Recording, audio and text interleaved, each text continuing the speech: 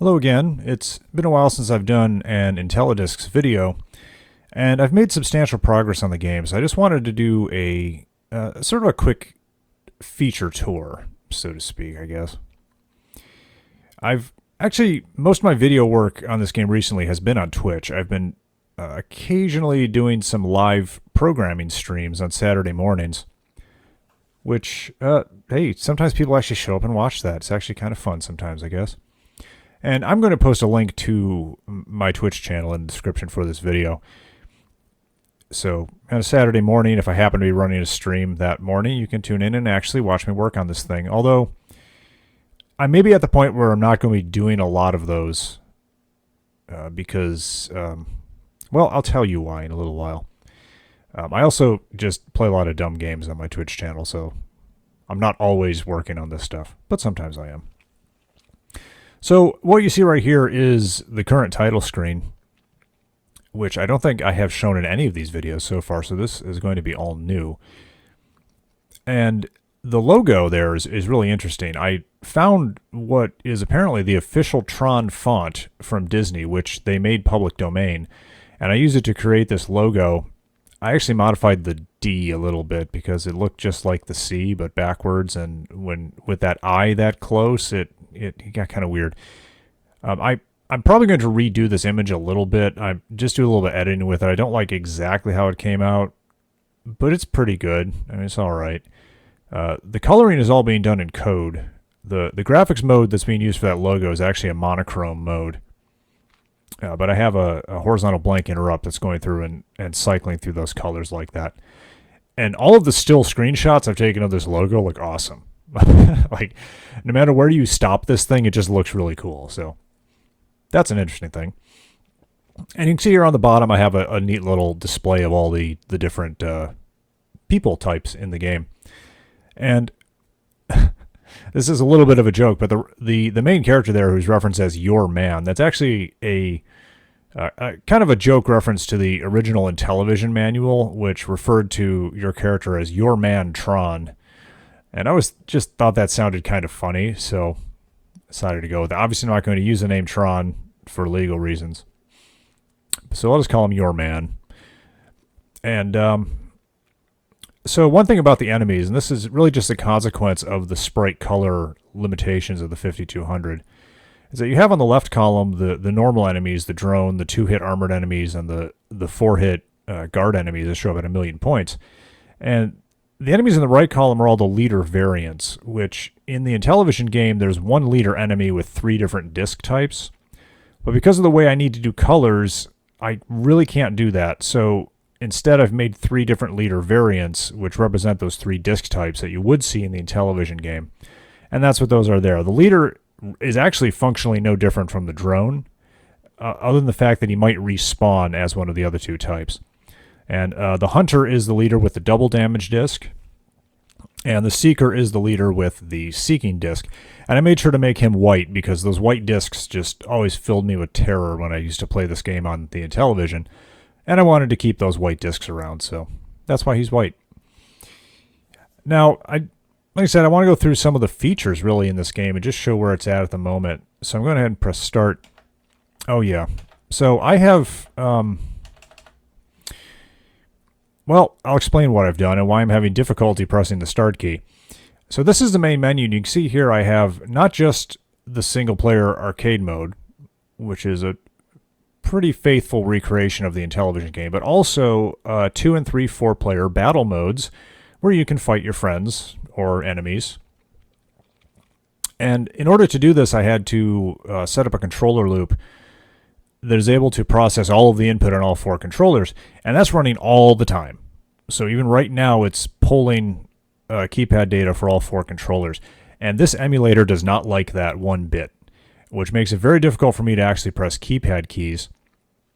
And that's a problem with the emulator that I'm using. It is not a problem with the game. It works fine on real hardware, but I will be having some problems during this video actually making this thing work. And that's why. And to go back to why I'm not necessarily going to be working on this on Twitch very often is because of that. most of the work that's left to be done is on the battle mode, and I really need to test that on a real 5200 with 4 actual controllers hooked up to it. So the emulator, developing through the emulator, it's just not going to work very well. So yeah, most of my work is in my game room, sitting in front of my 5200, which I'm not going to stream on Twitch because I don't have the means to do so, and it would probably be kind of boring anyway. So that's that. So let's go ahead and try to get into arcade mode. There we go. Okay, so we have some options going into arcade mode. We'll start with a simple one first, and that's the second option here. It says identifier body style. The identifier is what I'm calling the recognizer, just to avoid any Disney trademark issues. I originally had designed the recognizer, or identifier. I'm just going to say recognizer in this video. I'd originally designed it to look very much like the Intellivision version, which is just a big solid red monster. And I thought, maybe I can do better. So I started working on a version that looked more like the ones in the movies, but I couldn't do it at all. And then a very helpful person on the Atari Age Discord, who has published a number of 2600 and 7800 games, Victor Zuniga, I think is his name. I don't know how to pronounce it. He just popped up with this recognizer, and I was like, oh, this is cool. Can I use it? And he said, yeah, sure, whatever. So I took his recognizer redesign and put it into the game. But some people really liked the old Intellivision one. So I figured, I've got the ROM space. Why not let you pick? So both of those recognizers are in the game. And you can choose which one you want if it'll pick up the input here. There you go. So both of those are available, and you can choose whichever one you prefer. Whatever. There's a little bit of a functional difference in that the collision detection on the body is a little bit different, but it's no big deal, really. Now, the more interesting part is the first option there, the control mode. So from the beginning, I had planned to support 3 different control modes for this game, and those have now all been implemented completely. Those are done, and I'm very happy with that. So the first is the keypad mode, and this functions just like the original Intellivision game did. You use the numeric keypad to throw your disc in one of 8 directions. You press the 5 key to block or duck. It depends on what kind of mode you're in. And so if you've played the Intellivision game and you know how that one works, keypad mode is the exact same thing, more or less. I'd make a couple small adjustments, but for the most part, that's what you're getting. The second mode that I implemented is trigger mode, and this I originally called berserk mode. So in this mode, you throw your disc with the primary fire button by pressing the direction you want to throw it in. Or if you're standing still, it will throw it in the last direction you were moving. Pressing the primary fire button again while your disc is in flight will recall it. The secondary fire button, the upper one, toggles the block and duck modes, the block and crouch modes, just like the 5 key does on the keypad mode. So this is an alternate way to play. Use whatever one you feel like, whatever you like better. The one interesting point about this one is that I've implemented 16 directional character movement, much like the Intellivision game does. And this allows you to throw your disc in 8 additional directions, being the 8 directions that don't correspond to a keypad direction. So you get a little more flexibility in the direction you can throw your disc in this mode. But on the other hand, you can't throw it behind you because you can only throw it in the direction you're moving or previously moved. So it's a trade-off. And the final mode is what might appear to be the most exciting, but in practice, I'm still a little iffy on it. And that's a twin stick mode, which, again, this is something I wanted to do from the very beginning. And my previous game used the trackball, and so the only major 5200 peripheral left for me to support is the twin stick coupler that came with Robotron and Space Dungeon. So at least I think it came with Robotron. I got mine with Space Dungeon. It's usable with Robotron, certainly. So in this mode, you use 2 joysticks, one to move and one to throw your disc. So you press the second stick in the direction you want to throw your disc.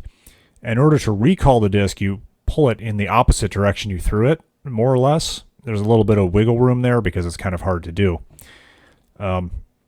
The block and duck crouch modes are toggled by pressing any of the keypad keys on the second joystick, the second controller. And that includes start, pause, reset, which is really the best thing I could come up with. So there are some limitations to the twin stick mode. It's kind of hard to be accurate. Maybe I just need more practice. But it's a really cool mode, and even if it's terrible, I wanted to do it anyway. So there it is. Twin stick mode is in the game.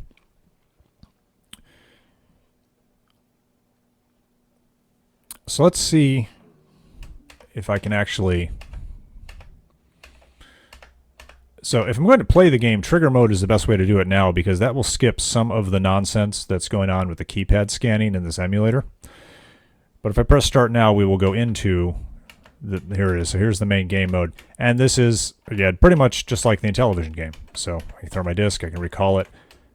There's my secondary fire, which that's actually working pretty well. Kind of surprised about that. I can pop the doors open, I can hit the enemies. See, if I stop moving, it'll throw this in the last direction I was going. I can't do the 16 directional movement here because I'm playing on a keyboard and I don't have any real way of doing that. But there's the arcade mode with the trigger control mode, which in retrospect should have been the first one I've done because that is so much easier to play on an emulator than the keypad mode is. And the pause key works when the keypad scanner picks it up. And I can now reset the game from here and show off the other mode. So that's, basic look at arcade mode and the features that it supports. I'm not going to go into the recognizer fights and the different body styles, but they're there. So battle mode is still under construction, but I have the ability to go into it, and you can kind of see it. So if we go here to 4-player battle, because, hey, we'll go all the way. So in the 4-player mode, each player can select their own control mode. However, the twin stick mode is not available here. We've just gotten really complicated to support that, and I really don't feel like doing it. So you have, and here we go again. Yeah, it's the keypad scanning has just gone haywire in this emulator. But each player can select between keypad and trigger modes, so everyone can use their preference. And if I go into the game, so you can see here's the 4 players. And there's 4 scores at the top. I'm still working out details of the scoring system, how this is going to work. And obviously I can't show this here on the emulator, but on a real 5200, all 4 joysticks work. You can move all 4 of these guys around independently. The different control modes work, throw your discs around, whatever. At the moment, there's no real game here. There's no collision detection. I mean, you can see here I can throw my disc straight through all the other players. But the discs work. You can run around, throw your disc, block, whatever. There's just no... They don't do anything at this point. And I'm planning to do something with the doors. I got some ideas for that. The doors will definitely be involved in the battle mode. My current idea is to use a scoring system that I know I've seen in other games, though at the moment I can't recall what they are. And that is that every time a player dies, all of the players that are still alive score 1 point, and you fight a series of rounds to the last man standing. So the player that survives the round will have 3 points because they were alive for 3 deaths. The first player that dies will have no points, and the other 2 will have 1 or 2, depending on what position they died in. And then the game will play up to some total, and that whoever hits that total first will be the winner, I guess. That's pretty much my idea. So the 4-player mode is obviously the main attraction here. But if you only have a 2-port 5200, you won't be able to play it, or the 3-player mode. So there is a 2-player battle mode. I don't know how fun that's actually going to be, but I figured I might as well do it, so 2-port owners have something to play with. Yeah, if you have a 4-port 5200 and you've got 4 controllers and you've got enough people to play with, this might be fun. Who knows?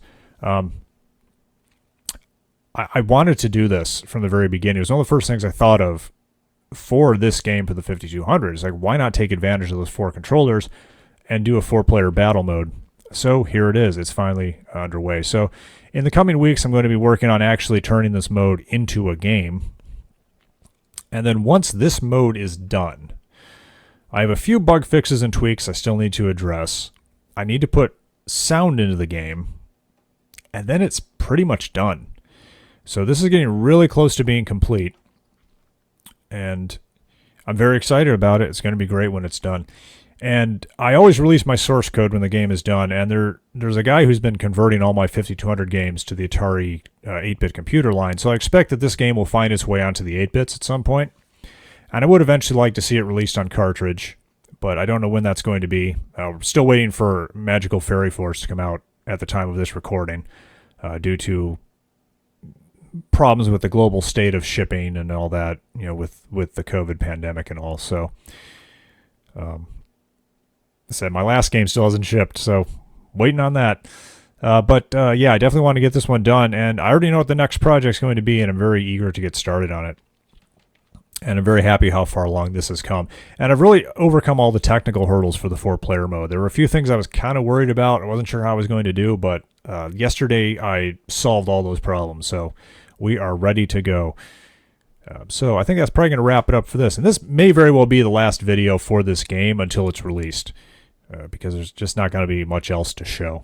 And it's becoming increasingly difficult to show anything using an emulator. I kind of need to start using a real console. If I had a separate video camera, I might set it up on my TV and show it being played live. But I don't, so I won't do that. But there it is. So you can see this game is nearly done, almost ready. Finally, we have Intellidiscs on the Atari 5200, which has been a dream of mine for a long time. So I'm so glad I've gotten this to the point it's at, and I can't wait to see it completed. So that's where we're going to cut off for now. And I think the next time you see a video on this game, it may be a release trailer. I'm planning to do kind of a fun release trailer with, just features and cool music, stuff like that. So that should be the next video you see, I think. And after that, it will be available. So if you have an Atari Max cart, hey, grab the ROM once it's done and go ahead and play it. Unfortunately, I don't know. Well, 1500 games in general tend to work pretty poorly in emulators, but hey, whatever you want to do with it. So that's going to be it for now, and hopefully next time I'll see you with a release trailer.